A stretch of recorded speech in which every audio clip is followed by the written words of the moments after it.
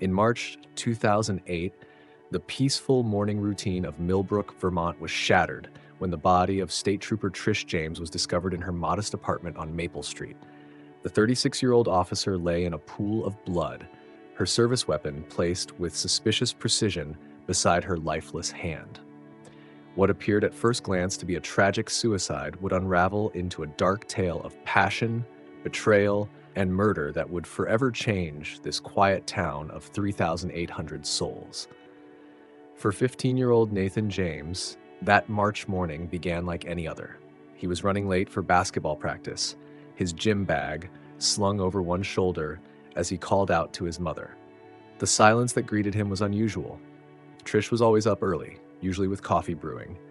When he pushed open the kitchen door, the scene before him would become forever seared into his memory. His mother's body on the cold tile floor, the metallic smell of blood mixing with the lingering aroma of last night's dinner, and a gun that seemed too carefully placed to be real.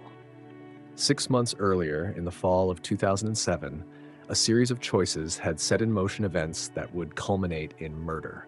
As autumn leaves turned golden in the small Vermont town, Trish James and Charles Lucas began an affair that would eventually destroy both their lives and shake the foundation of their close-knit law enforcement family. Charles Lucas had been a fixture in Millbrook long before he pinned on his trooper's badge. The eldest son of the town's former mayor, he'd grown up under the weight of expectations in the sprawling Victorian house on Hill Street. A star quarterback in high school and class president, Charles seemed destined for bigger things than their small Vermont town. But fate, or perhaps choice, kept him rooted in Millbrook. After a brief stint at the state university, he returned home to join the State Police Academy, following in his uncle's footsteps. By 41, Charles had built exactly the kind of life people expected of him. 18 years on the force had earned him a reputation as a steady, reliable officer. His marriage to Elizabeth, now the principal of Millbrook Elementary, was considered exemplary. Their 2 sons, Michael and James, ages 12 and 10, excelled in school and sports. On Sundays, the Lucas family occupied the same pew at First Presbyterian they'd held for 3 generations. But beneath this carefully constructed facade, Charles harbored restlessness that grew with each passing year, along with a gambling habit he kept hidden from everyone. Elizabeth Lucas had her own sterling reputation. The daughter of a wealthy Burlington family, she'd chosen to teach in Millbrook after college, drawn to the idea of making a difference in a small community.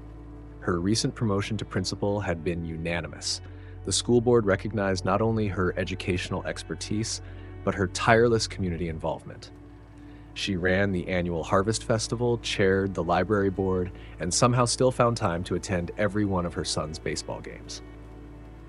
Yet the perfect marriage she presented to the world had grown cold, built more on routine and appearances than genuine connection. Trish James took a different path to the badge. At 36, she'd been with the force for just 8 years, joining later than most after spending her 20s supporting her husband Jake's military career. His death in a training accident 3 years earlier left her a widow with a 12-year-old son, Nathan.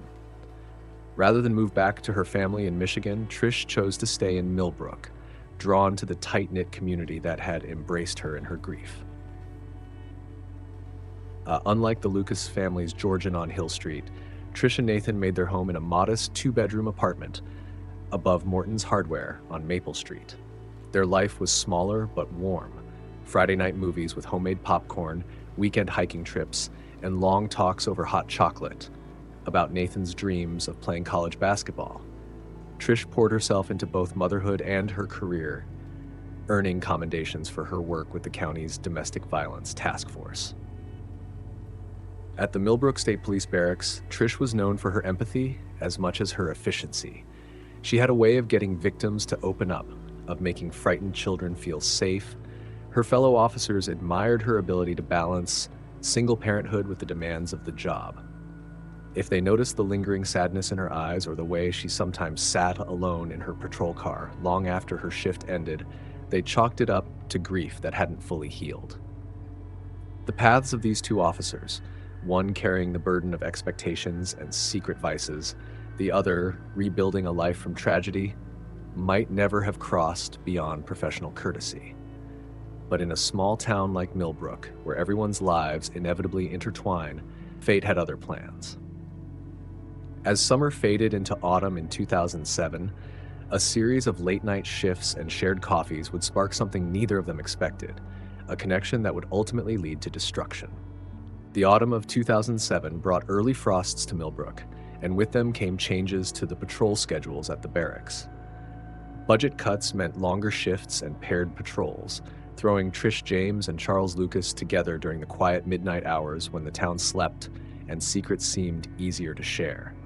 It started with small moments, Charles bringing an extra coffee during shift changes, Trish sharing homemade cookies, and Sinner, Nathan had baked for the holidays. Their patrol car conversations began professionally enough, discussing cases and sharing frustrations about departmental politics. But as the nights grew longer, their talks deepened. Charles found himself opening up about the pressures of living up to his family name, while Trish spoke about the challenges of raising Nathan alone, of watching him struggle with the loss of his father. The first crack in their professional relationship appeared during a domestic disturbance call in late October. After diffusing a volatile situation at the Thompson farm, they sat in their patrol car, the adrenaline still coursing through their veins. Charles touched Trish's hand, just briefly, just in comfort, but both felt the electricity in that simple contact.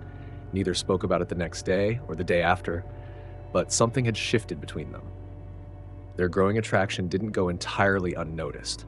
Officer Janet Miller later recalled to investigators how Charles began volunteering for shifts that aligned with Trish's schedule.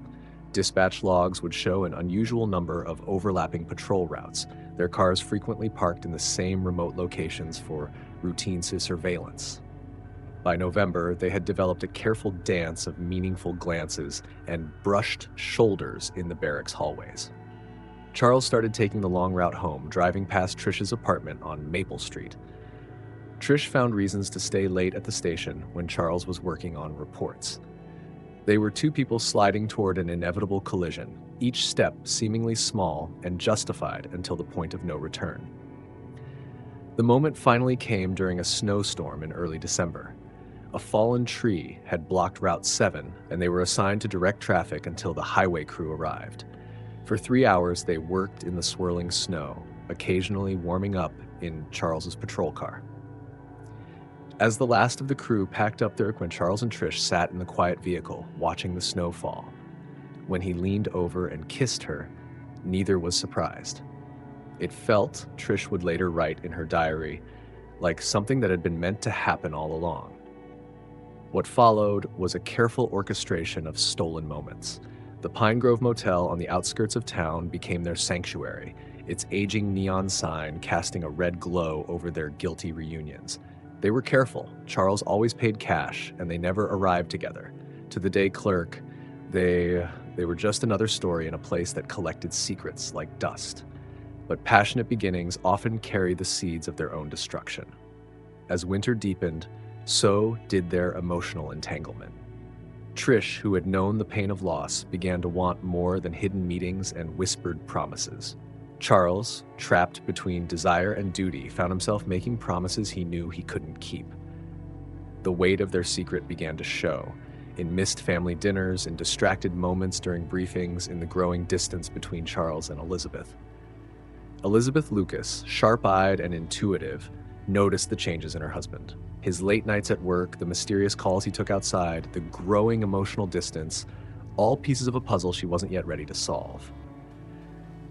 She threw herself deeper into her work at the school, perhaps hoping that if she perfected every other aspect of their lives, the cracks in their marriage would somehow seal themselves. Meanwhile, in the quiet hours of her apartment, Trish James began to realize that she had waded into dangerous waters. The thrill of the affair was giving way to a deeper need, one that wouldn't be satisfied with stolen moments and secret meetings. As Christmas approached, bringing with it the weight of family obligations and forced celebrations, both Trish and Charles would find themselves approaching a crossroads, one that would ultimately lead to tragedy. As Christmas lights blinked softly against the snow-covered streets of Millbrook, the affair between Charles Lucas and Trish James began to unravel under the weight of its own complexity. What had once been an intoxicating escape now felt suffocating, tangled in unmet expectations and mounting pressures. For Trish, the holiday season only deepened her longing for something more. The joy of decorating the Christmas tree with Nathan or baking cookies for his school fundraiser was always shadowed by a quiet ache. These moments, as heartwarming as they were, also reminded her of what was missing. She didn't just want stolen hours and whispered reassurances anymore. She wanted a partner, someone to share her life with fully. She envisioned Charles stepping into that role, imagining him as both a father figure for Nathan and a steady presence in her life. But the reality was starkly different. Charles was still firmly tethered to another life, one he showed no sign of leaving. For Charles, the affair had become an unbearable source of stress. The excitement that had once filled their stolen moments had been replaced with dread. Trish's growing demands for more time, more honesty, more commitment, left him feeling trapped. He couldn't meet her expectations, not with his carefully curated life crumbling around him. His gambling debts, once manageable, had spiraled out of control, pulling him deeper into desperation. Worse, he had resorted to using Elizabeth's inheritance money to cover his losses, a betrayal he knew would destroy his marriage if it ever came to light. Elizabeth Lucas, ever perceptive, wasn't blind to the changes in her husband. The man who once brought a quiet steadiness to their home now seemed distant, emotionally absent, even during family moments. She noticed his increasing late nights at work, the calls he took outside, and the distracted way he moved through their days. Though she hadn't yet pieced together the truth, she sensed something was deeply wrong and found herself replaying small moments, searching for clues she didn't yet understand. At the station, the strain was just as noticeable. Charles, once known for his composure and precision, was becoming careless.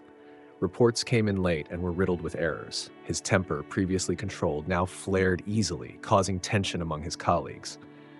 Whispers began circulating about his odd behavior, fueled by observations of his unusual patrol patterns and strained demeanor.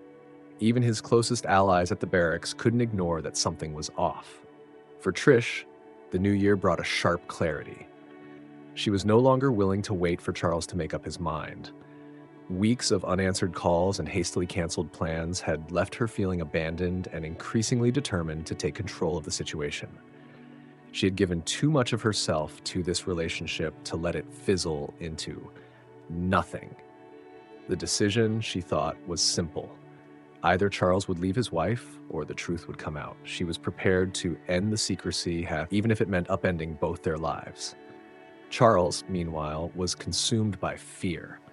Every part of his life felt precariously close to collapse. His debts were mounting, his marriage was fraying, and now Trish was demanding more than he could give. The walls seemed to close in with each passing day, and with them came a growing sense of desperation. He began to see Trish not as a partner, but as a threat, someone who could expose his secrets and destroy everything he had worked to protect. The weight of their respective decisions hung heavily as New Year's Eve approached. For Trish, it was a moment to demand clarity, to finally push for the life she deserved. For Charles, it was the moment he realized he couldn't meet her demands. By the time the clock struck midnight and Millbrook welcomed 2008 with fireworks and celebrations, Charles had resolved to take drastic action, a choice born not of love or loyalty, but sheer self-preservation. By the time January settled over Millbrook, the snow no longer fell in gentle flurries, but in heavy, relentless storms that mirrored the growing turmoil in Charles Lucas's life. Each day brought fresh cracks in the delicate facade he'd tried to maintain. Trish's ultimatum loomed large in his mind, a constant reminder that his secrets were no longer under his control. The tension between them continued to escalate through February. Trish, increasingly frustrated by Charles's reluctance to make a decision, began to withdraw emotionally, but her resolve hardened. She was tired of living in the shadows, of being someone's secret. Charles, however, was more preoccupied with the unraveling of his own life. His gambling debts were reaching critical mass, his wife Elizabeth had grown colder and more distant, and now Trish was pushing for a confrontation he couldn't afford to face. In early March, Trish sent a final message to Charles. Though her words were measured, the underlying tone was clear. She would no longer wait. She made it clear she intended to take action, leaving Charles no room to maneuver. For him, this wasn't just an emotional ultimatum, it was an existential threat to his carefully curated life. The late-season storm blanketed Millbrook in heavy snow that night, muffling the streets and casting an eerie stillness over the small town. Shortly after 10 p.m., Charles arrived at Trish's apartment on Maple Street. He had planned every detail with chilling precision. The coffee he carried was part of the ruse, a gesture designed to appear harmless and familiar. Inside the apartment, Trish was surprised to see him, but allowed him in, her tired expression betraying a mix of hope and wariness. For weeks, their interactions had been strained, marked by unanswered questions and unresolved tension. Charles's calm demeanor caught her off guard, and she momentarily let her guard down. As the evening wore on, their conversation moved to the kitchen. It was there, amid the remnants of a modest meal and the soft glow of the overhead light, that everything changed. Trish turned to refill her mug at the sink, her back momentarily to Charles. It was then that he acted, drawing the silencer-equipped weapon he had hidden in his jacket. The single shot rang out softly, muffled by the silencer, and struck Trish with fatal precision. She crumpled to the floor, the life that had weathered so much pain and struggle extinguished in an instant. The kitchen became a chilling tableau, a quiet, unassuming space transformed into the scene of a calculated crime. Charles moved with cold efficiency. He retrieved her service weapon from her holster and placed it beside her hand, arranging it with enough care to suggest an act of despair. He wiped down the surfaces he had touched, ensuring no evidence of his presence remained. The scene, meticulously staged, was meant to tell a story of tragedy, not murder. By the time Charles stepped back out into the cold, his mind was already racing with the details of what lay ahead. His alibi, carefully rehearsed, would cast him as the concerned colleague who had been at home all evening. His demeanor, strained but composed, would sell the grief he needed to feign. Every step had been calculated to preserve the life he had worked so hard to protect. The storm continued to rage as Charles returned home to Elizabeth. She was asleep when he arrived, the house quiet except for the faint hum of the heating system. He slipped into bed, the weight of his actions pressing down on him, but buried beneath layers of denial and necessity. For Trish James, there would be no justice that night. The story told by her staged death was a false one, but its ripples were only just beginning. Millbrook would awaken to tragedy, and the investigation that followed would reveal the cracks in every carefully constructed lie. The dawn of March 6, 2008, brought a grim discovery that shattered the fragile peace of Millbrook. Trish James was found lifeless in her kitchen by her 15-year-old son, Nathan. The young boy's panicked cries echoed through the walls of their modest apartment, drawing the attention of neighbors who would later recount the chilling details to investigators. Within hours, the scene was cordoned off, and Detective Xavier Brooks arrived to lead what appeared, at first glance, to be an open and shut case. Trish's body lay on the cold kitchen floor, her service weapon placed neatly beside her. The initial impression was one of tragedy, a devoted single mother and respected officer overcome by the pressures of life. Detective Brooks, a veteran with 2 decades of experience, had seen his share of suicides, and yet something about the scene gave him pause. The precision with which the weapon was placed, the absence of a suicide note, and the lingering aroma of freshly brewed coffee struck him as odd. He noted these discrepancies quietly, careful not to let his skepticism influence the early stages of the investigation. As the day unfolded, the department leaned heavily on the suicide theory. Trish's colleagues mourned openly, sharing stories of her dedication and quiet struggles. Charles Lucas, visibly shaken, was among those who expressed their grief most vocally. His controlled sorrow painted a picture of a concerned colleague devastated by the loss. However, Brooks, watching from the sidelines, observed something different, a flicker of tension in Charles's demeanor, a guardedness that didn't quite align with his outward display of emotion. The evidence collection began in earnest. Forensic technicians scoured the apartment, noting the lack of fingerprints on the weapon other than Trish's, an anomaly given her active use of the firearm for work. A closer examination of the wound revealed a trajectory inconsistent with a self-inflicted shot. raising further doubts about the suicide narrative. The crime scene, though meticulously staged, began to unravel under the scrutiny of professionals trained to spot inconsistencies. Witness statements added another layer of complexity. Neighbors recalled hearing nothing unusual the night before, save for the muffled sound of footsteps on the stairs around 10 p.m. One particularly observant resident mentioned seeing a man leave the building during the storm, his face obscured by a hood, but his stature and gait matching that of Charles Lucas. Though circumstantial, the statement caught Brooks' attention. The breakthrough came when Brooks requested access to Trish's phone and laptop. Her digital trail revealed fragments of a life consumed by turmoil. Text messages between Trish and Charles painted a damning picture of their affair, culminating in her final message sent just days before her death. "I won't stay silent anymore. You have until the end of the week." It was clear that Trish had intended to force Charles into a decision he couldn't afford to make. As Brooks dug deeper, he uncovered Charles's financial troubles, a discovery that shifted the investigation into overdrive. Bank records showed significant withdrawals from a joint account with Elizabeth, funds that were funneled into poker games and private debts. The timing of these transactions, coupled with the digital evidence, began to form a compelling narrative. Charles's double life had spiraled out of control, leaving him desperate to silence the one person who could destroy everything. With each piece of evidence, the walls began to close in on Charles. His alibi, though seemingly airtight, began to falter under Brooks's methodical questioning. Colleagues at the station noted inconsistencies in his behavior, his hyper-awareness of the case, his overcompensation in expressing grief, and his growing unease as the investigation progressed. Elizabeth, now fully aware of her husband's gambling problem, became increasingly withdrawn, her presence at community events replaced by whispers of marital discord. For Brooks, the case was becoming clear. The forensic evidence, the digital trail, and Charles's financial desperation painted a damning picture. Yet, the veteran detective knew that circumstantial evidence alone wouldn't be enough to secure a conviction. He needed the final piece, the irrefutable proof that would seal Charles's fate. The small town of Millbrook buzzed with speculation as the investigation unfolded.